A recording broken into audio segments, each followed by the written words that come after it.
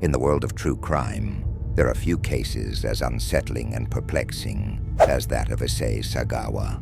Born in 1949 in Kobe, Japan, Sagawa's life story is a twisted tale that defies comprehension and delves deep into the darkest recesses of the human psyche. But what makes his story so chilling is not just his heinous act of cannibalism, but the terrifying calmness with which he narrates his deeds. This is the tale of a man fueled by a relentless obsession, a hunger that transcended moral boundaries and led to one of the most bizarre and disturbing crimes in modern history. So let's unravel the twisted life of Issei Sagawa, the man who walked away after committing an unimaginable atrocity. Buckle up, because this story is not for the faint-hearted. And remember, what you're about to hear is neither fiction nor a nightmare. It's a haunting reality. Our journey begins in the suburbs of Tokyo, where Issei Sagawa was raised. From an early age, Sagawa exhibited signs of being different. His obsession with eating human flesh began as a young boy and only grew stronger as he got older. Growing up in a wealthy family did nothing to curb his dark desires. Instead, it provided him with the resources to explore and nurture his disturbing fantasies in secrecy. In 1977, after graduating from college in Japan, his family sent him to Paris to pursue a PhD in literature at the Sorbonne. Little did they know, it was this very opportunity that would lead Sagawa down a path of no return. In Paris, Sagawa's obsession with cannibalism deepened. He spent countless hours stalking women on the streets, fixated by their beauty and the thought of consuming them. But it wasn't until November 11th, 1981, that Sagawa's darkest fantasy became a harrowing reality. René Hartevelt, a 25-year-old Dutch student, was someone Sagawa had become infatuated with. Under the pretense of needing help with poetry, he invited her to his apartment. René, unaware of the grim fate that awaited her, agreed. In the small confines of Sagawa's apartment, the unthinkable happened. Under the guise of reading poetry, Sagawa shot René in the neck from behind.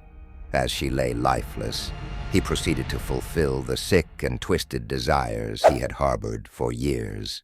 Over the next 2 days, Sagawa defiled René's body, consuming parts of her flesh in a grotesque feast.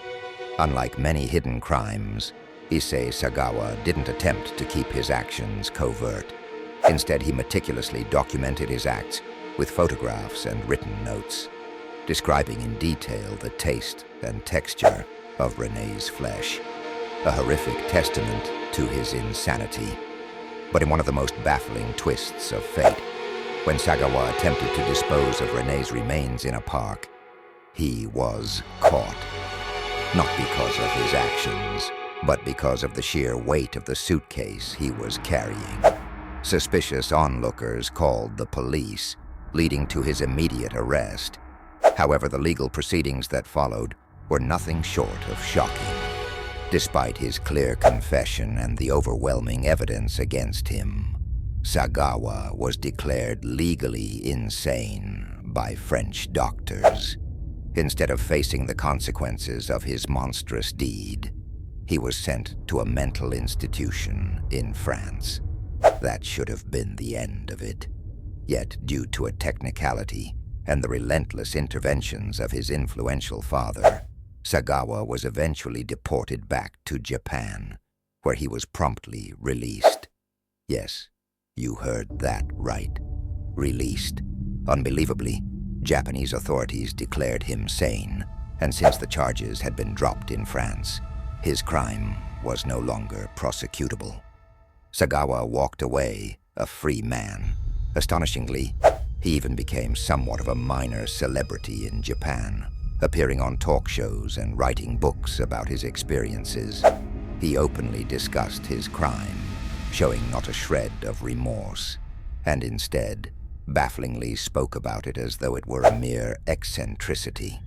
How society allowed such a man to walk freely and even profit from his crime remains one of the most disturbing aspects of this case. The tale of Issei Sagawa forces us to confront some uncomfortable truths. It raises questions about justice, sanity, and the boundaries of human morality. How does one draw the line between insanity and sheer evil? And how is it possible for a man whose desires were so dark and consuming to navigate society without detection for so long? More importantly, how did he evade true justice despite the horrendous nature of his crime? While cannibalism itself is an unimaginable atrocity, Sagawa's case goes a step further. It showcases a profound failure of the legal system.